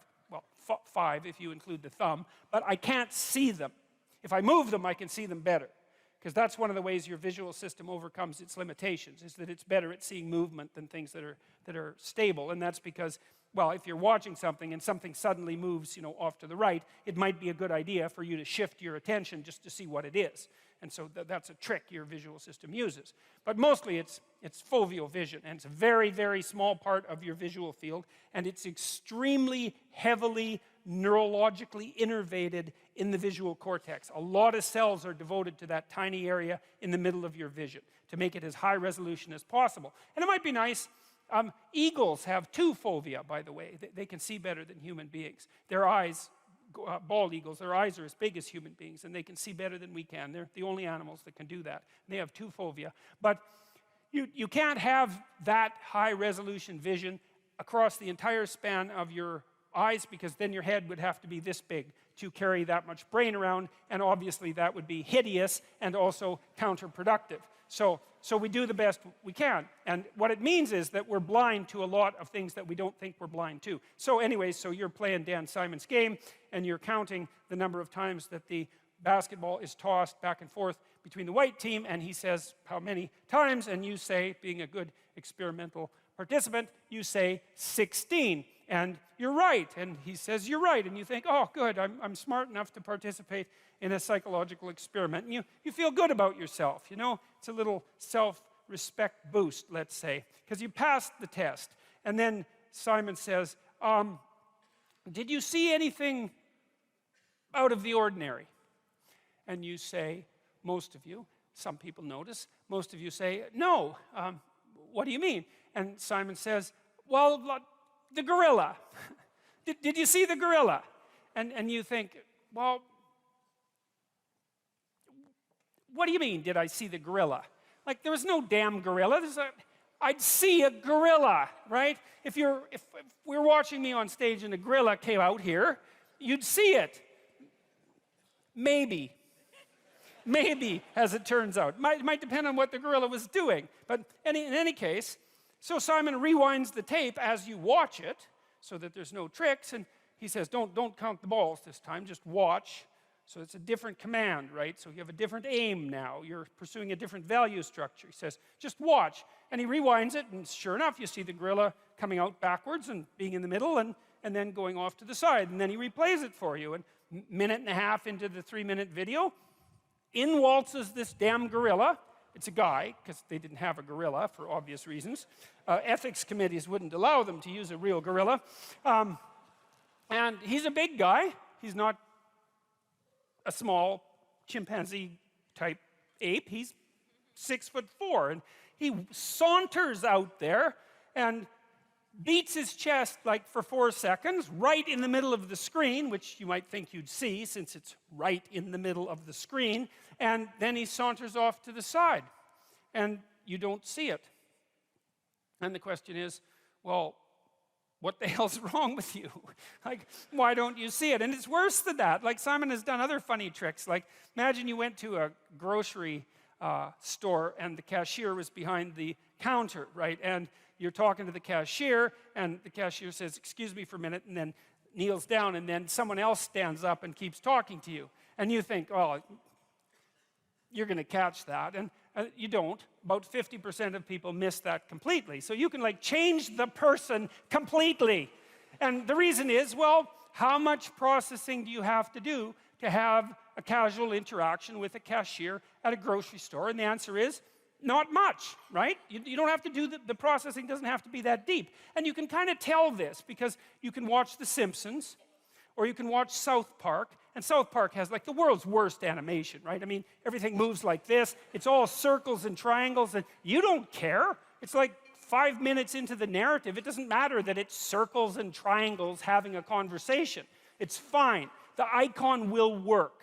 And that's a good rule for perception, is you use the simplest possible perceptual scheme that you can manage to get yourself from point A to point B, right? It's a map. You don't see the world. You see an iconic representation of the world. And then the question is, what makes the iconic representation sufficient? And I suppose sufficient means a couple of things. One thing it means is tolerable, right? It doesn't cause an excess of suffering and degeneration. It has to be functional, right? And then maybe a more specific example of that would be, well, it has to work, like a map works. A map is a low-resolution representation, but it's a good enough map if you use the map and you start at point A and you happen to be at point A, which is a good beginning for a map, and then you use the map and you get to point B and you think, good enough map. And that's really, that's us. That's how we think. That's how we construe the world. Our maps are really, the stories that we use in the world are really the maps we use to guide us. And they have perceptual implications. But that's essentially what you do. So now the question is, all right, what happened in the gorilla video? Well, what happened was you were aiming at something, right? You're aiming at counting the passes. And the question is, well, why were you doing that? And the answer is, well, someone told you to, asked you to. And then you might ask, well, why did you listen to them? There's lots of other things you might have done in the lab, but that isn't what you did. You did what you were asked to. And we might say, well, that's because you're reasonably cooperative and civilized. And then we might say, well, why is that a hallmark of cooperation and civilization? And we might say, well, reciprocity, like spontaneous reciprocity between strangers who have a bit of a contractual arrangement, is part of civilized behavior, and so that's the appropriate thing to do. And we might say, well, you wanted to do a good job in the lab because you wanted to make sure that your status wasn't too low. You know, you could count to 16, and so you can give yourself a pat on the back of the head for that. And, you know, it's part of being a civilized person. And so there's a huge value structure behind that. Like, you didn't go into the lab and shoot it up, you know. You didn't bring a hand grenade, right? And you didn't sexually assault the experimenter. There's lots of things you could have done in there, and you didn't do those things. You just sat there and counted the balls and missed the gorilla. Okay, so, and there's complicated reasons for that. There are deep reasons for that. And so there are deep reasons for how you perceive things and why.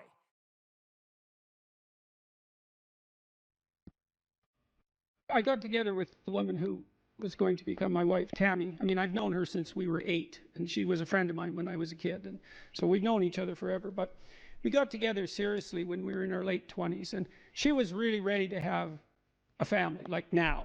And I didn't have a permanent job at that point, although my prospects were good, which was part of the reason she married me.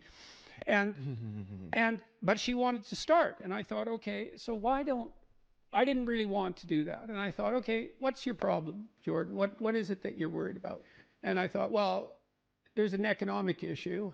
That's not really serious. I'll get a job, and she'll come along wherever I go if I have that job. So that's not an issue. It's like, so what then? Well, babies. What the hell do I know about babies? Nothing. I can't take care of a baby. I don't know how to do that. So I said to her, well, the reason I seem to be objecting is because I'm kind of doubtful about the infant stage. Like toddlers, I know what to do with them. I can play with kids. But when they're under a year, they're like a foreign object to me in many ways. I don't know what to do. And so that worries me. And so I'll tell you what, if you'll take primary care for the infant, I'll take care of you and the infant. And how would that be? And I think that's the right role. I really do believe that. And you might think, well, that's sexist. It's like, well, no, not necessarily. How are you so sure that that first year as a mother isn't one of the great parts of the fundamental adventure of being female? Like, so don't give me any crap about that being sexist. That's just, I don't think so. You know, and so what I would do is watch my wife, and if she got tired, spell her off. And I did what I could to take care of the infant, but I knew that, you know, she would take care of that while I stumbled around trying to learn how. And she did that. And that worked fine. And then, you know, as the kids got older, I took more and more responsibility for them. And when my daughter was about 2.5, I think that's right, 1.5, we had our second child. And then I took care of Michaela, the older child, quite a lot after that, because Tammy, of course, was busy, especially that first year with the infant, with Julian. But that worked well. That was a good division of labor as far as I was concerned. And also my wife was very happy about that, because she loved to take care of infants. And that's characteristic of a lot of women, you know, and even those that don't admit it. And it's too bad they don't admit it, because what, there's something wrong with that? Is there some? I saw this tweet the other day about this grandmother, mother of a mature daughter, and the daughter had announced that she was never going to have kids, and her mother said, "Oh, I think that's just great. You know, you're gonna just live for you, and that's just wonderful, and I'm glad you can be so independent." And I thought, how could you possibly say something that stupid to your daughter? It's like, you don't want grandchildren, and you're so sure that she's just not ideologically addled about the fundamental realities and beauties and depth of life. It's like, how many things do? We have a career if we're lucky, or a job if we don't. If we're not, we have an intimate relationship, we have a family. That's life, man. You miss one of those, it's, well, you can do it, but it's a big deal not to do that.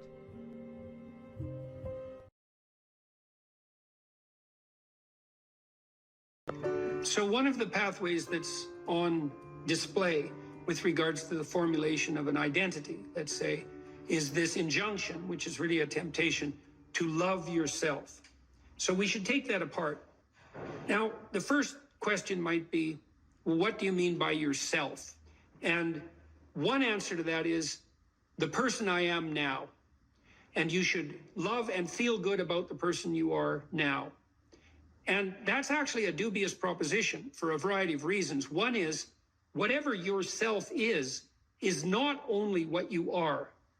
Yourself is also what you could become, and what you will and could become. And so to love yourself properly is not only to love what you are, who you are, whatever that means, but to love who you could become. Now, one of the things I've observed is that it's very demoralizing, let's say, for the typical young man. It's true for the typical young woman as well. So we'll say the typical young person who's miserable and maladjusted psychologically and socially, if you just go to them and say, well, you should feel good about yourself, because they think you're good just the way you are. You're perfect just the way you are. You should accept yourself just the way you are. It's like, well, okay, so what does that say about who I should become? Is that just now off the table because I'm already good enough in every way? So am I done or something? What about who I should become? And then, well, how should I feel good about myself when I don't? Because I'm not getting along with myself. I'm anxious and hopeless and nihilistic and depressed, and I'm not getting along with other people. So how is it that that's all somehow something I should feel good about without being deluded? And these are complicated questions, because you don't want to beat yourself with a stick, which might be the opposite of that as well. Feel bad about yourself. It's like, no, be judicious and merciful with yourself, and think that you need to accept yourself in some way, the way a mother accepts a child. But the maternal spirit is not the only spirit that governs the love that a child requires properly. You have the paternal spirit of encouragement as well, which is, well, we need to shelter and protect you and to provide for your security the way you are, but you could be a lot better and should be, and I have faith that you could be, which is the love that I'm delivering to what you're becoming rather than what you are. And so love that you direct towards yourself is partly directed towards that maternal care that's sort of the minimum precondition for basic flourishing, combined with an attitude of encouragement towards the possibilities of your being. And so that's a much more sophisticated so-called self-love, partly because it's the kind of love that envisions you as something that unfolds across time. And it's a much richer conception because it also implies that there's a responsible adventure to your life. Like you're not all you could be, and there's pain in that. And there's the necessity for a certain amount of judgment about that, and even a certain amount of exclusion, because what you are that is insufficient in some sense should not be allowed to propagate further. But if it's conjoined with encouragement, it's like, yeah, you're in a rough situation there, kiddo, but here's some things about you that are virtuous and good, and they're pretty powerful actually. And if you just made those more manifest, you could dispense with a lot of this immaturity and misery, and you could expand yourself out into life physically and psychologically, and you could start walking this pathway that makes things better. And the thing is that as soon as you start walking the pathway that makes things better, then things immediately become better because your whole orientation changes. And if you're in a bad place but you're escaping, that's pretty positive, even if it's a bad place. And you might think, well, it's still bad, but it's better. It's like, well, that's a lot better than a bad place that's getting worse. That's for sure, because that's hell. Hell is a bad place that's getting worse. That's for sure. And so if you take the bad place and it's getting better, well, it's already not hell. That's a start. And so this notion of love, we've confused this with the maternal instinct for an infant. It's like, because an infant under 6 months is like, well, of course, your attitude towards an infant is you're exactly okay the way you are, in the sense that there's nothing to do with an infant under 6 months in the most fundamental sense, except to provide them with total care. But that's not what you do to any child that's older than 6 months. You start laying down some criteria for becoming, for improvement. And some of that improvement, because we can define it, well, there's nothing more perfect than a child, than a baby. It's like, yeah, but that's not true if the baby's 14 years old, right? It's true if the baby's 6 months old and actually a baby. But by 9 months, well, the child is going to start to interact socially. And now there's some principles that the child has to learn to abide by so that social interaction is optimized. And then you want to replace the infant with the toddler who has a certain domain of autonomy and responsibility and a certain capacity for social interaction. And you want to replace the toddler with the young child, with the preschooler, who now can negotiate a shared social space. And you want to replace the preschooler with the older child who's now capable of taking on as much domestic responsibility as is appropriate for that age. You want to take the infant who's entirely dependent and turn them into something that's autonomous and then socially integrated in a manner that's moving them towards individual responsibility. And the love is not only love that's devoted to what they are at any point, which is that encompassing maternal love, say, but the love that says, yeah, kid, we're pretty happy you're around, but the new you is going to even be better. And that's encouragement, and that's part of love. It's half of love, that's for sure. And you want to direct that to yourself as well. It's like, you don't want to judge who you are so harshly that you just destroy yourself and everything is cast into the pit. You want to take a look at yourself and say, look, you're a person among persons, and you have intrinsic worth, and you have your flaws, your sins, your domain of ignorance and inadequacy. But that doesn't mean that you're entirely worthless because of that. You have a base level value. That's intrinsic worth, let's say, that's reflective of the fact that you're made in the divine image in the most fundamental sense. You have intrinsic worth, and that's due a certain degree of baseline love. But there's the becoming problem. It's like, well, especially when you're young, most of you is still in the becoming phase. And so why wouldn't encouragement be the hallmark of love? It's like, get the hell up, get your act together, adopt some responsibility, put your life together, develop a vision, expand yourself beyond the narrow confines that are causing your misery. And we think you can do it. You could do it, you should do it, the world would be better off if you did it, you'd be doing better if you did it, everything would work out better. Why would we not work to make everything work out better? And you're the person who could do it. And you tell young people that and they think, well, no one ever told me that before in that way. And they think, well, maybe I should get my act together. And then they go out and try to get their act together in some micro ways. And they think, well, turned out that worked. And I'm less miserable. I could try doing it a little bit on a broader scale. And they try that and they think, wow, people seem a lot happier with me. I have more friends and I'm more popular and I'm a little more physically attractive because I'm standing up a little bit straighter. And then away they go. And why would you, unless you believe that human being is corrupt and pathological in its essence, which many people now seem to believe, or at least some dread spirit seems to insist, and people agree with it. If you don't buy that, then you think, well, yeah, you unfold, man. Unfold all those manifold possibilities that lurk within and be a force for good in the world, and that'll be the adventure of your life. And I guess we could also add to that a bit of a disquisition on truth. So you should be oriented by love, and you could say, well, that's the desire to care for being and becoming, however it's manifest, to want that to turn out in the best possible manner. That could be your goal. I want things to turn out in the best possible manner. And you have to decide if that's true, because people are tempted to create little hells around them all the time. So don't be thinking that necessarily you want that, because it's not that easy to orient yourself so that that's all you want, because you're bitter and resentful and angry. And so all of that's going to interfere with that vision of love. And then you might say, well, now that you have that vision, what do you have as weapons to clear your path, let's say, or to set things in order as you move forward? And one of the answers to that is, we have truth. Well, why? Well, because you want to contend with the world the way it is, obviously. So truth is going to be useful in that endeavor. And then you might say, well, if I could get away with something by not telling the truth, why shouldn't I just lie? If I could get what I wanted and if I could avoid responsibility, why not lie?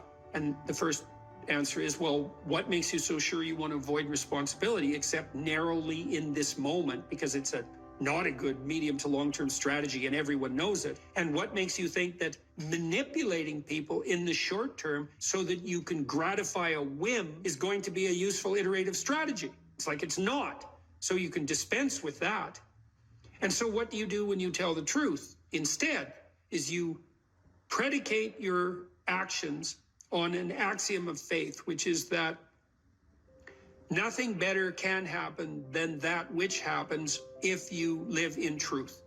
And that's a statement of deep religious faith, because the evidence for that can only be gathered as a consequence of manifesting the actions that are predicated upon that axiom of faith. You don't know till you lay it out.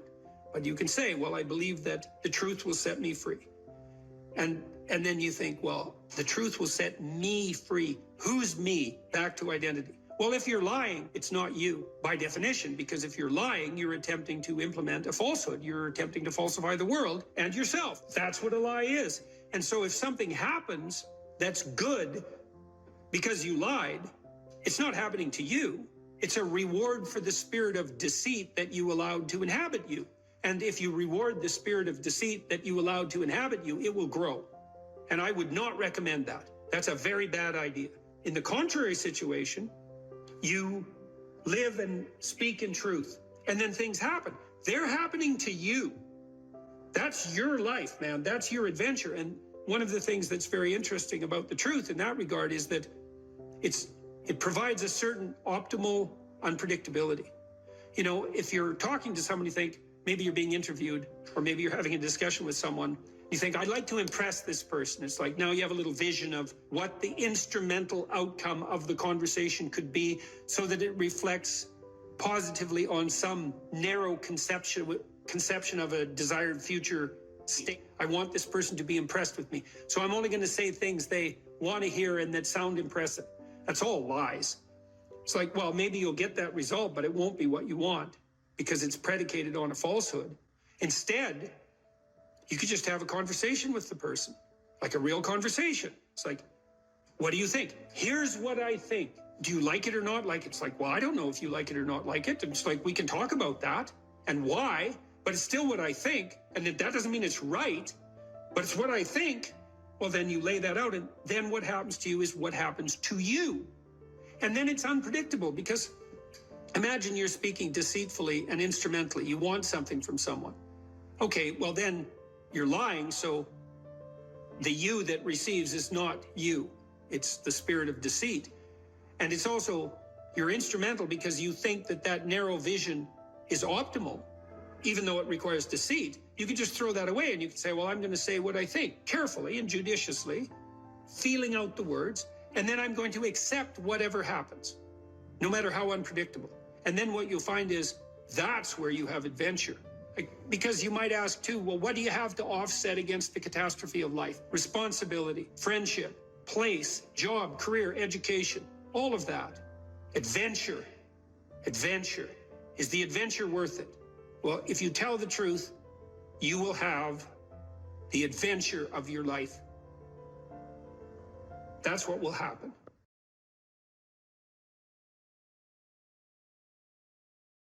You're sitting on the edge of the bed trying to have an honest dialogue with yourself, and the little voice says, you know, it's pretty disgusting in here.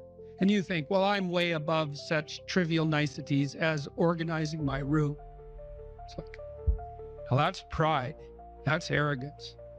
If you're above organizing what's actually yours, how in the world are you ever going to organize anything else? And so you get on your knees and you think, well, it's time to, you know, take a brush to the toilet.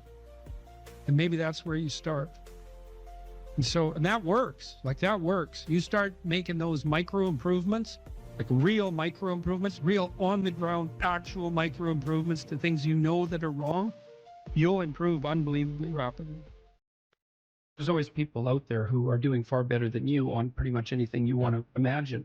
And if all you're doing is seeing yourself in their reflected light, let's say, then it's going to be pretty damn dismal. But it's not a good comparison because, well, first of all, there's danger in just comparing yourself to others, period, because they're not you. And God only knows what struggles they had to undertake to get to where they were, or what burdens they're currently carrying that you're not aware of.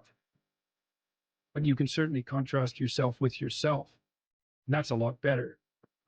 It is the only way. Well, it's also the only way of really measuring anything approximating proper improvement. You can actually tell when you're a little better than you were yesterday. Right. And you can actually do that. That's another thing that's so interesting about it, is that you can actually make yourself a little better in some way, pretty much. Well, I don't know if it's at every moment, but you can certainly do it every day. Let's say you want to become who you could be in the fullest sense. So let's say you're someone who's going to solve some serious problems. Okay, the first thing you have to do is admit to the seriousness of the problems. That's no joke.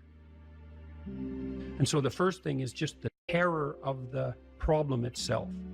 And that's enough to paralyze you, right? And that's the Hydra, that's the Gorgon with the head of snakes. It'll paralyze you and turn you to stone. That's the basilisk in the Harry Potter series. Mm-hmm. You look at it and it turns you to stone and lurks underneath everything, right? And it's malevolence and tragedy. And so there's that. And then the next is, well, you're going to take responsibility for that? You're really going to do that, are you? That's a hell of a load, man. And so it's daunting to even consider that. And then there's the discipline and responsibility that necessitates, which is also daunting. It's like, oh my God, the problem's that serious. I'm really going to have to get my act together in order to not contribute to it, much less solve it. And so the problem is terrible. And then the solution is daunting. But the upside of that is like, well, there isn't anything better to have than a problem that's worth solving, like that's really worth solving, right? And so the more of that you take on, the more you have a reason to get out of bed in the morning, no matter what. Like, I'm getting up, I'm trudging forward. Doesn't matter what I'm suffering from. I've got things that need to be done. They're necessary. And that gives you that sense of purpose that is the antidote to bitterness. Okay, well, let's say you want your life to be meaningful. It's like, okay, then what you do matters. It actually matters. Or how starting to clean up the room changed their life. That's quite fun because it's something I always tell people to do instead of going out and protesting. Jesus, I just can't stand that. Cleaning up the room? Yeah. meaning? Well, my sense is that if you want to change the world, you start from yourself and work outward, because you build your competence that way.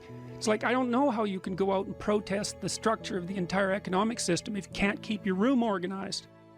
Well, I made a video which was called Message to Millennials, where it was called How to Change the World Properly. A bit of on the pretentious side, I suppose, but I was trying to produce something that was a counterposition to this idea that what you should do is go out and fix up other people. You know, that's just not right. And there's a New Testament line about that, something about, you know, not worrying too much about the log in your neighbor's eye, or about the speck in your neighbor's eye when you have a log in your eye. What would the world be like if people stopped avoiding the things they knew they should do? You know, because the question is, how much are we contributing to the fact that life is an existential catastrophe and a tragedy? How much is our own corruption contributing to that? That's a really worthwhile question. The things you leave undone because you're angry, you're resentful, you're lazy, you have inertia. Well, you consult your conscience and it says, well, you know, that place over there could use a little work. It's the same as working on yourself, and so you clean that up because you can, and then things are a little clearer around you, and you're a little better off because you've practiced a bit, and so you're a little stronger, and then something else manifests itself and says, well, maybe you could like take a crack at fixing me up too. So you decide to do that, and then that gets a little bit more pristine, you know, and soon, and it's humble because you're not exceeding your domain of competence. You know, it's like, don't be fixing up the economy, 18-year-olds. You don't know anything about the economy. It's a massive, complex machine beyond anyone's understanding, and you mess with it at your peril. So, and can you even clean up your own room? No. Well, you should think about that. You should think about that. You only have to ask a stupid question once. You ask a stupid question, and if you're in a crowd and you ask a stupid question, 80% of the people in the crowd have the same question. They're just too cowardly to ask. But you ask and then someone actually tells you, you never have to ask that question again. You're no longer stupid. What stupid thing am I doing that I could quit doing? That I would quit doing? Because those aren't the same thing, right? Because you know there's stupid things that you're doing that you're just not going to quit doing because you like them. But there might be something on the edge there where you could stop that. If you want to know something about yourself, sit on your bed one night and say to yourself, you got to mean this, like you got to be desperate. This is no game, this.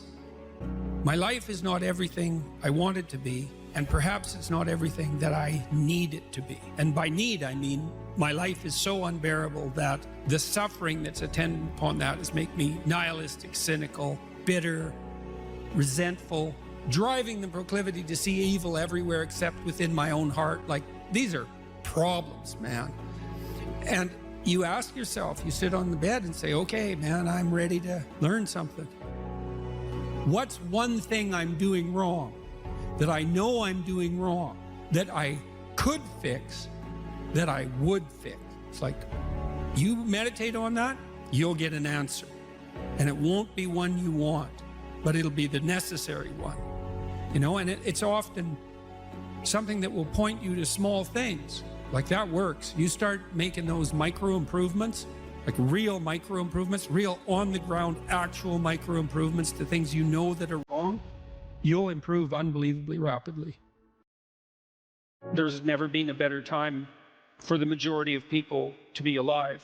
And the future, although we're vulnerable and terrible things can always happen to us, it's hard to make a case that the future doesn't look comparatively positive. We're becoming extremely technologically sophisticated, and the world is changing at an incredibly rapid rate. And the only way we're going to be able to manage that in a positive way is if each of us, or as many of us as possible, are capable of making wise and careful and truthful decisions. And if we do that, then maybe things can continue to improve. You don't get people to stand up on their own 2 feet and to adopt responsibility if everything is given to them. And that's a real conundrum.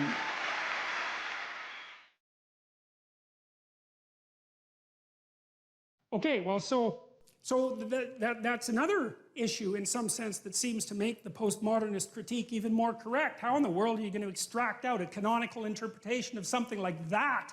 It's like it's not possible. But here's the issue, as far as I can tell. So when the postmodernists extended that critique to the world, they said, look, well, a text is complicated enough. You can't extract out a canonical interpretation. What about the world? The world's way more complicated than a text, and so there's an infinite number of ways that you can look at the world. And so how do we know that any one way is better than any other way? And that's a good question. Now, the postmodern answer was we can't. And that's not a good answer, because you drown in chaos under those circumstances, right? You can't make sense of anything. And that's not good, because it's not neutral to not make sense of things. It's very anxiety-provoking. It's very depressing, because if things are so chaotic that you can't get a handle on them, your body defaults into emergency preparation mode, and your heart rate goes up and your immune system stops working, and like you burn yourself out, you age rapidly because you're surrounded by nothing you can control. That's an existential crisis, right? It's anxiety-provoking and depressing, very hard on people. And even more than that, it turns out that the way that we're constructed neurophysiologically is that we don't experience any positive emotion unless we have an aim and we can see ourselves progressing towards that aim. It isn't precisely attaining the aim that makes us happy. As you all know, if you've ever attained anything, because as soon as you attain it, then the whole little game ends. Then you have to come up with another game, right? So it's Sisyphus, and that's okay, but it does show that the attainment can't be the thing that drives you, because it collapses the game. That's what happens when you graduate from university. It's like you're king of the mountain for one day, and then you're like surf at Starbucks for the next 5 years, you know? So, yeah. So what happens is that human beings are weird creatures, because we're much more activated by having an aim and moving towards it than we are by attainment. And what that means is you have to have an aim, and that means you have to have an interpretation. And it also means that the nobler the aim, that's one way of thinking about it, the better your life. And that's a really interesting thing to know, because, you know, you've heard ever since you were tiny that you should act like a good person, and you shouldn't lie, for example. And you might think, well, why the hell should I act like a good person, and why not lie? I mean, even a 3-year-old can ask that question, because smart kids learn to lie earlier, by the way. And they think, well, why not twist the fabric of reality so that it serves your specific short-term needs? I mean, that's a great question. Why not do that? Why act morally? If you can get away with something, and it brings you closer to something you want, well, why not do it? These are good questions. It's not self-evident. Well, it seems to me tied in with what I just mentioned. It's like you destabilize yourself and things become chaotic. That's not good. And if you don't have a noble aim, then you have nothing but shallow, trivial pleasures, and they don't sustain you. And that's not good, because life is so difficult, it's so much suffering, it's so complex. It ends and everyone dies and it's painful. It's like without a noble aim, how can you withstand any of that? You can't. You become desperate, and once you become desperate, things go from bad to worse very rapidly when you become desperate. And so there's the idea of the noble aim, and it's not something, it's something that's necessary. It's the bread that people cannot live without, right? That's not physical bread. It's the noble aim. And what is that? Well, it was encapsulated in part in the story of Marduk. It's to pay attention. It's to speak properly. It's to confront chaos. It's to make a better world. It's something like that. And that's enough of a noble aim so that you can stand up without, cringing at the very thought of your own existence, so that you can do something that's worthwhile to justify your wretched position on the planet. So now the literary issue is that, look, you take a text, you can interpret it a variety of ways, but that's not right. This is where the postmodernists went wrong, because what you're looking for in a text, and in the world for that matter, is sufficient order and direction. So then we have to think, well, what does sufficient order and direction means? Well, you don't want to suffer so much that your life is unbearable, right? That just seems self-evident. Pain argues for itself. I think of pain as the fundamental reality, because no one disputes it, right? I mean, even if you say that you don't believe in pain, it doesn't help when you're in pain. You still believe in it, right? You can't pry it up with logic and rationality. It just stands forth as what the fundament of existence, and that's actually quite useful to know. Say, well, you don't want any more of that than is absolutely necessary. And I think that's self-evident. And then you say, well, wait a minute, it's more complicated than that. You don't want any more of that that's necessary today, but also not tomorrow and not next week and not next month and not next year. So however you act now, better not compromise how you're going to be in a year, because that would just be counterproductive. That's part of the problem with short-term pleasures, right? It's like act in haste, repent at leisure. Everyone knows exactly what that means. So you have to act in a way that works now and tomorrow and next week and next month and so forth. And so you have to take your future self into account. And human beings can do that. And taking your future self into account isn't much different than taking other people into account, right? Because I remember there's this Simpson episode, and Homer downs a quart of mayonnaise and vodka. He says,